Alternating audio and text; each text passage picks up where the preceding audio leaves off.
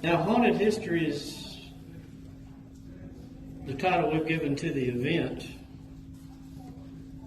And my title is Facts Really Are Stranger Than Fiction. And these are just some sort of random things that I found to be interesting. Some of them are pretty well suited to Halloween. Some of them maybe not so much, but let me see if I can drive this machine here. No, that didn't do it. Yeah, okay. Okay, so the first topic that I want to bring your attention to is the bowling alley massacre. My hometown is Las Cruces, New Mexico. So on the morning of February the 10th, 1990, it's about 7:30 in the morning, and the Las Cruces Bowl was getting ready to open for the day. They were expecting a youth group at 9 o'clock. And before the youth group got there were 7 individuals getting ready to open the alley, and 2 armed men pushed their way in to the bowling alley. They lined them up in the floor. They shot them in the head. They stole $5,000 and they set the bowling alley on fire. Now, the individuals were 13-year-old Amy Hauser, 26-year-old Steve Teran and his 2 daughters, 2-year-old Valerie, and 6-year-old Paula. The victim, they did not survive the shooting. The victims who survived multiple gunshot wounds were 34-year-old Stephanie Sinak and her 12-year-old daughter, and Melissa Rapace and the bowling alley cook Ida Holguin. Now, Melissa was shot. Now, she's 12 years old and she was shot 5 times. She saved the lives of the people who survived by calling 911. Now, you can imagine this was quite the thing in Las Cruces, and these were the sketches of the individuals that were thought to have perpetrated the crime. Now, they only got about $5,000, and you can see it was a headline news in the Albuquerque Journal and Las Cruces Sun News, and they tried to cover their tracks by setting the bowling alley on fire. Now, for those of you who are sensitive to crime scene photos, I'll warn you that the next one is pretty graphic. This is one of the fatalities. So this was 1990, and here we are in 2019. The case is still open. It remains unsolved. And I'm sure many of you know that New Mexico is actually quite known for unsolved murder mysteries. And this was one that I just learned that they've assigned a new deputy to the case, a new detective. So they're still seeking for information. So if any of you folks would like to go ahead and confess or know any information, the Las Cruces police would like to talk to you about it. Now, given that we're at La Fonda, I thought I would talk to you about a mysterious architectural feature that we're all interested in here in Santa Fe that also involves another murder mystery. Now, this is St. Vincent Sanitarium. Many of you know that this area is where the Drury Hotel is currently located. And the reason it says Frenchie on it is Frenchy refers to Francois Jean Rochet, who was a woodcutter, a woodworker, who came to France, and he from France to Santa Fe around 1880, and he was commissioned to do work here in Santa Fe. And what he's best known for is, of course, the so-called miraculous staircase at the Loretto Chapel.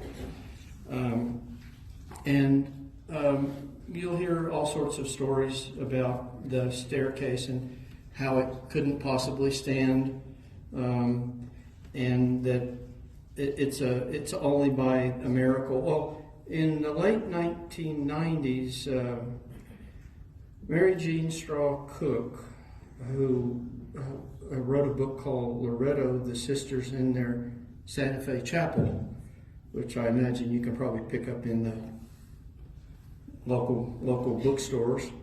She discovered that the builder of the staircase at the Loretto Chapel was in fact this Frenchman.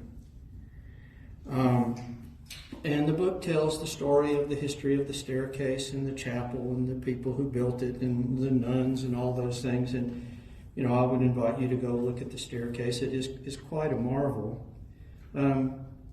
Russia's also built a staircase in this structure, which was across the street.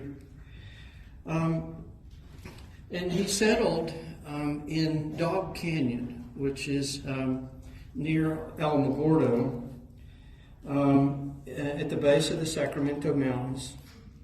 And he channeled some of the water coming down out of the mountains to irrigate his farm. He did a little carpentry work for a man named Oliver Lee. Now, some of you will know Oliver Lee, and he is associated, rightly or wrongly, with the death of Albert Jennings Fountain and his son Henry. Well, it's also quite possible that he was associated with the death of Frenchy. So this is where Frenchy lived, and of course, just in case you don't get a chance to see the staircase, this is the staircase. Well, when Frenchy was murdered in his little cabin, and found with him were some very particular kinds of carpentry tools. And the ruins of his cabin is still, you can visit it at Oliver Lee State Park. The Visitor Center can guide you there. And so this is yet another unsolved mystery in New Mexico. Now, another interesting fellow was Governor James S. Calhoun. Now, Calhoun was governor of territorial New Mexico 1851 and 1852. One of the things that's most interesting about Governor Calhoun is that he traveled around with his casket.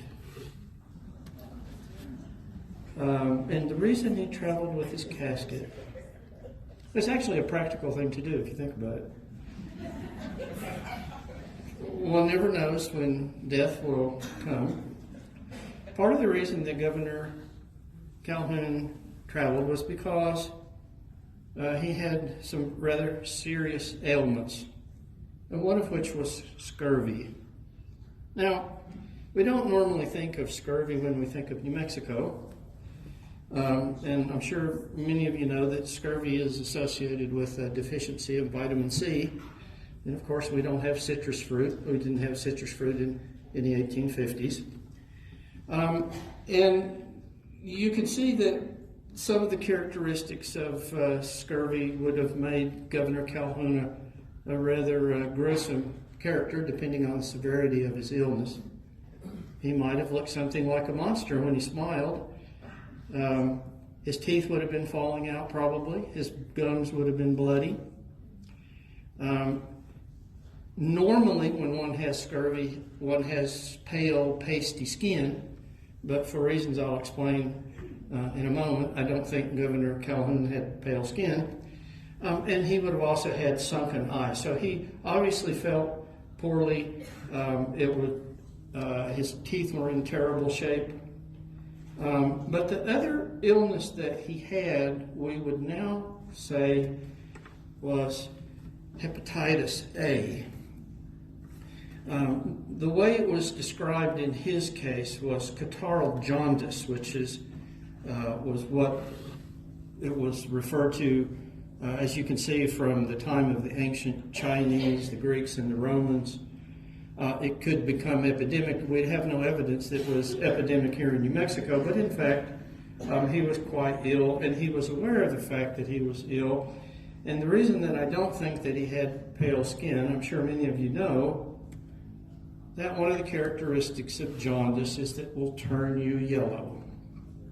So you can see normal skin and jaundice skin.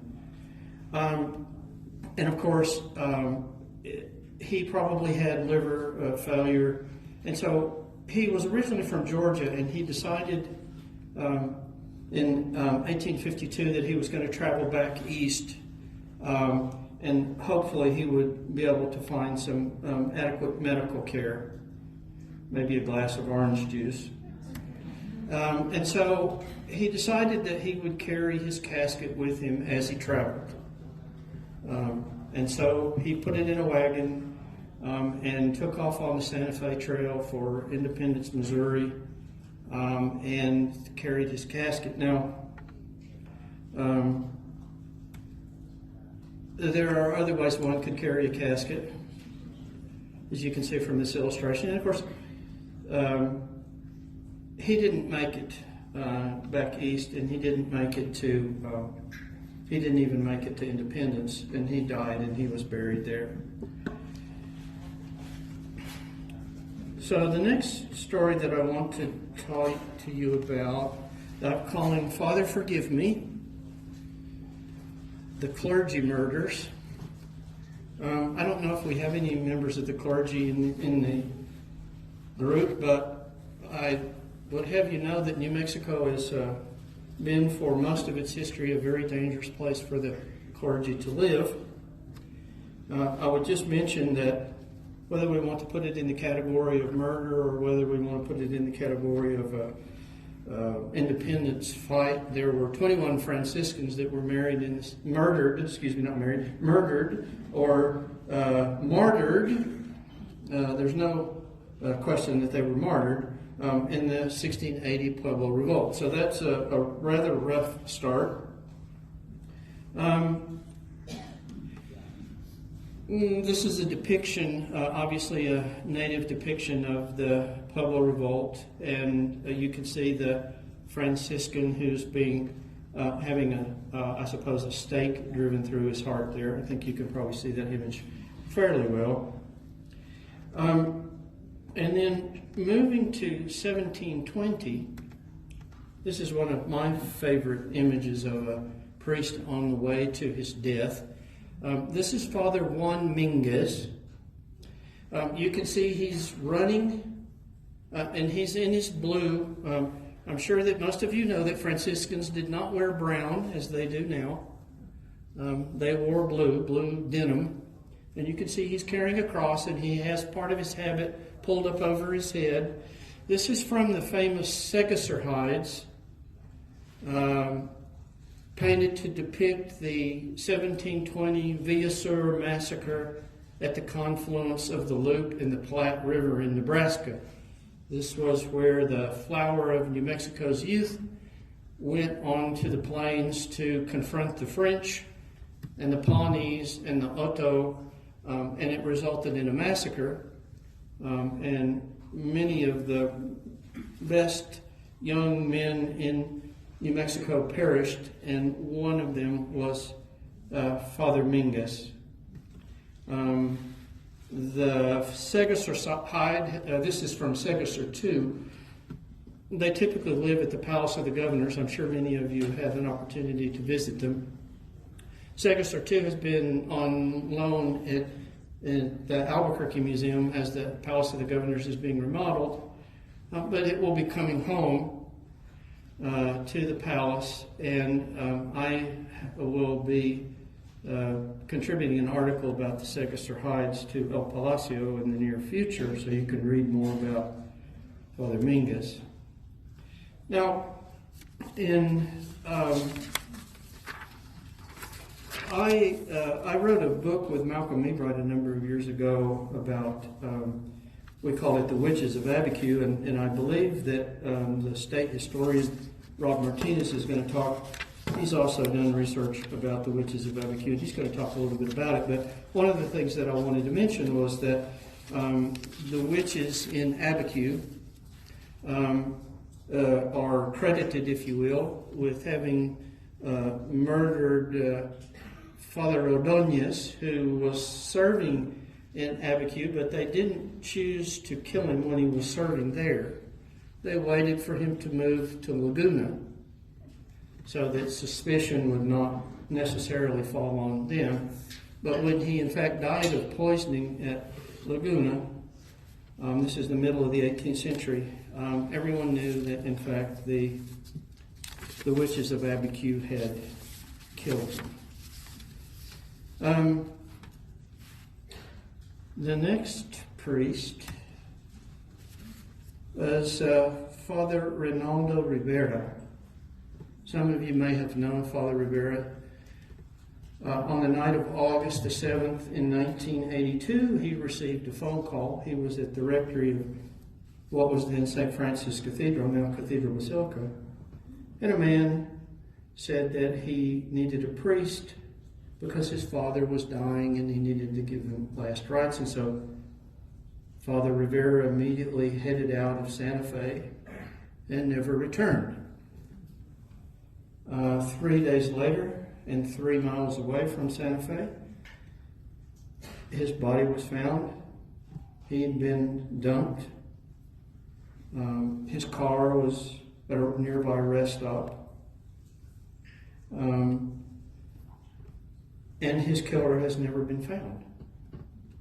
There is some suggestion that he is associated with a string of what may be the work of a serial killer. Another priest from Montana, Father John Kerrigan, was also murdered 2 years later. And another priest in West Texas was murdered under similar circumstances a couple of years later. Now, I'm not going to court controversy, but I would mention that one of the priests, Father Kerrigan, the one who was in Montana, was associated with the Paraclete in Hemis, which is, of course, a place where some priests who were associated with pedophilia were, but there's not a direct link. But at any rate, that's part of the reason why there's some suspicion that all 3 of these priests may have been killed by a serial killer who had perhaps been abused by the priest. My favorite story that I want to share with you is the story of skirt fires. Now, oftentimes in doing historical research, you find things on the way to something else. And I ran across the story of skirt fires in New Mexico, quite by accident. And the notion was that women, this is a crinoline, this is the cage-like structure that billows out a skirt. And what happens is, as you can see, I'm sure if you've seen the movies like Gone with the Wind, you know, with the beautiful hoop skirt, it looks very much like a chimney. And in fact, it functions like a chimney. And if one is to catch the hem of your skirt on fire, the air will rush up and it will burn you to smithereens. So there was a lot of research that was done at one point to suggest that this was a very common thing, and British newspapers reported that as many as 3,000 women a year in Great Britain were being burned to death because of their skirts. And then some revisionist historians came along and said that that was nonsense, and that very few people ever died because their skirts caught on fire. Well, I ran across a story in New Mexico of a woman whose skirt had caught on fire and she had died, and I thought, well, okay, well, here's at least one example of a skirt fire, and as I'll share with you in a minute, it's actually quite a phenomenon. Just to give you an idea of how magnificent a skirt one might have.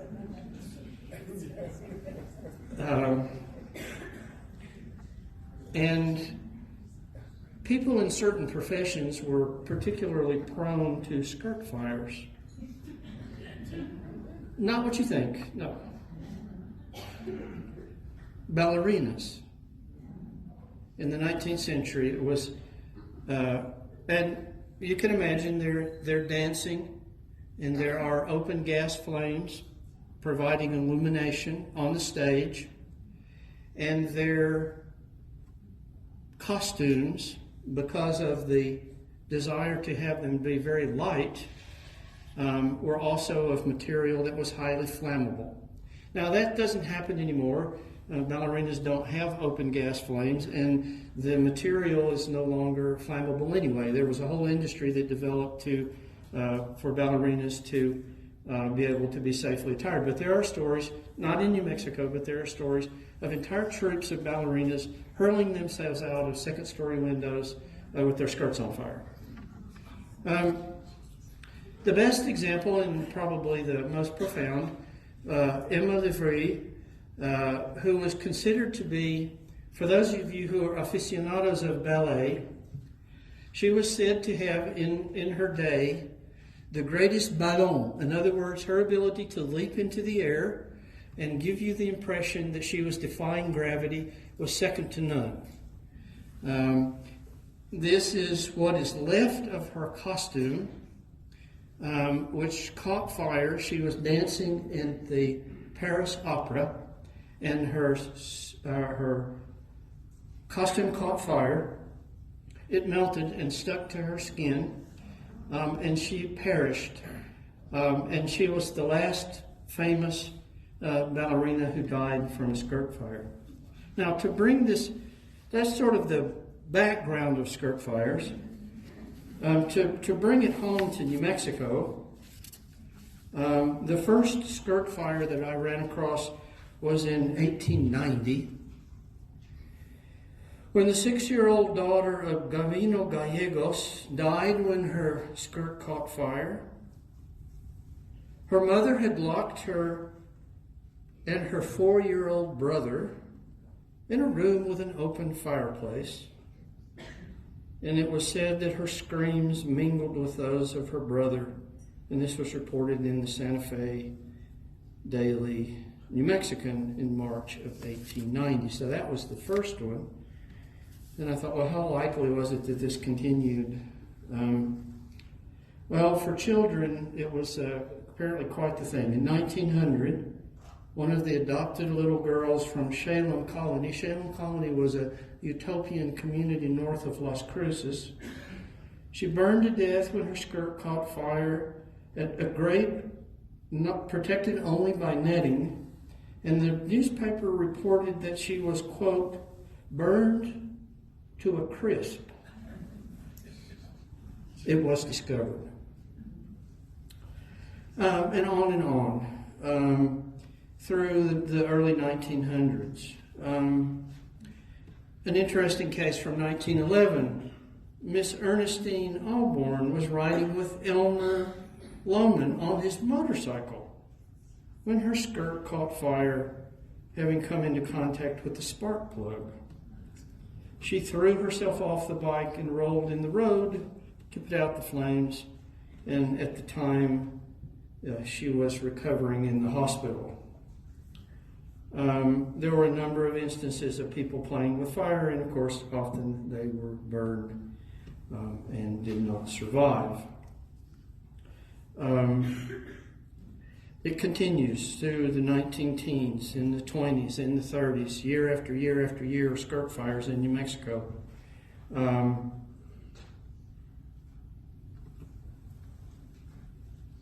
Very common instance, this is from 1946. 4-year-old Patsy Carpenter. Her skirt caught fire while she was playing near a trash fire. She had 3rd-degree burns on her back and legs, and the doctors held out very little hope that she would survive. And again, I thought, how long can this possibly continue? And it continues on and on. 1950s, numerous examples. Most of them are children, but here was one in 1953 from Deming.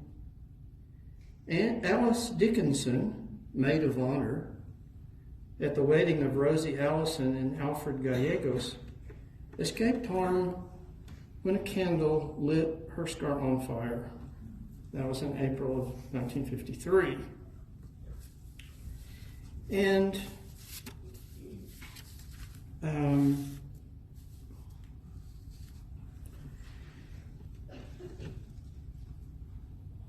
1957, Ms. Nellie Chillicott, age 30, was hospitalized at Sandia Base with 2nd-degree burns after her skirt caught fire from a match. She was reportedly resting well. Mrs. Valentina Montoya was burned in what was referred to as a freak accident when high winds near a trash fire caught her skirt on fire. That was 1958. It continues into the 1960s. Carla Garcia of Taos Pueblo was seriously burned when she was playing with matches. 1993, Carol Chasco, a Walgreens employee in High Rolls in southern New Mexico, was sitting with a co-worker on a smoke break when her skirt caught fire.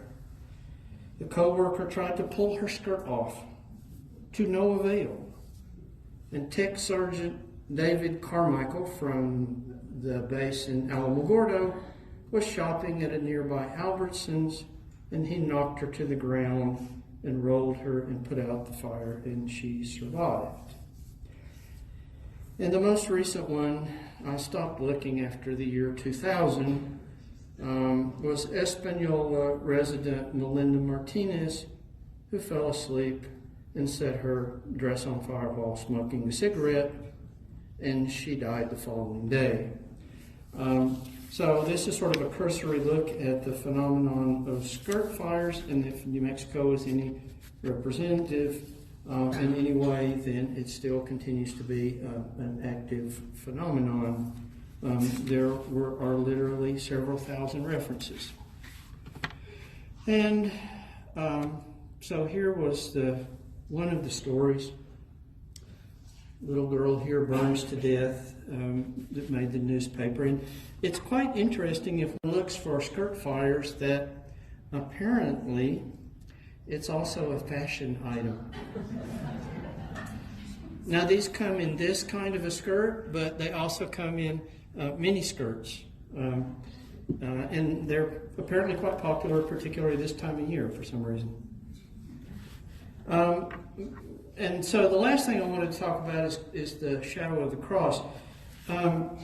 This is a mystery that does not involve anybody dying, but it does involve a mysterious painting. How many of you have seen the painting that luminesces at Rancho de Taos? Any of you have seen that painting? It's in the rectory, I believe, now. So this is a representation of what it looks like when you see it in the light. But when the lights are turned off, what you see is this image, the shadow of the cross. This is a painting. It doesn't luminesce now as much as it did, but it still does. I saw it last year when I was doing this research. We know that it hung at the 1904 St. Louis World's Fair. It was at provincial expositions in Ontario. It was quite popular. As many as 4 million people were said to have visited this painting.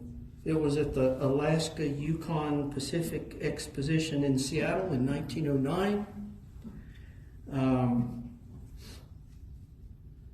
There might have been a rival or a fake that appeared in Ontario in 1910.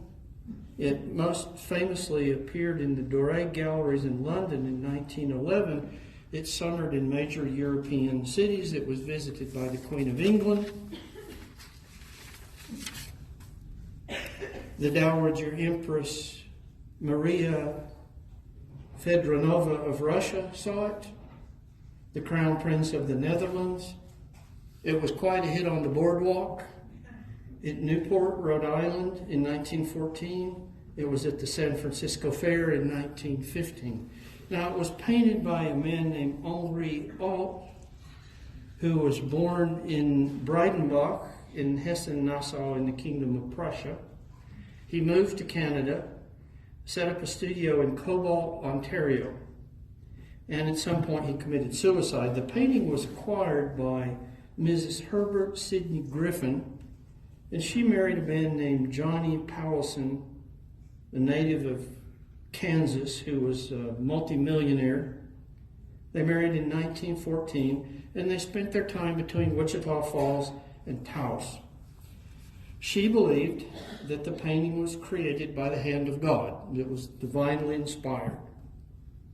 And in 1948, she donated it to Ranchos de Taos Church. It was for a time in the church, and now it's next door to the church, and you can go visit it. And she died in 1962, and she donated lots of other wonderful objects to the church. Now, when I was doing research about it, of course, I was interested in that particular object, but I was interested in the luminescence of it. And what I discovered was that there were other paintings of a similar nature. And so there's another one that's referred to as Christ Standing on a Knoll in the Wilderness, also painted by Henry Alt. It was stored in a barn for 20 years, so it's definitely not the painting that is at Ranchos de Taos. It was restored by a well-known restorer named J.D. Turner. And it was donated to Grace Episcopal Church in Calgary, in Canada, by a Mrs. Nathaniel Anderson. So these two paintings, these two miraculous paintings, were existing contemporaneously in two different parts of the world, one in Taos, New Mexico, and one in Calgary. The story goes as it was left to her husband by a relative. It also had quite a tour. It went to the Chicago World's Fair. It showed at the World's Columbian Exposition in 1893. It was at the Century of Progress Exposition in 1933, and it also was displayed in other countries. A third miraculous painting came into the possession of Major J.P. Mitchell of Rome, Georgia in 1923. He acquired it after the First World War in France as an unfinished painting. It bears the date of 1898. It also is an Henri Alt painting. It also showed in London, and mysteriously the gallery owner was found dead on the banks of the Thames, so I guess I was not completely accurate when I said there was no death included in the story. And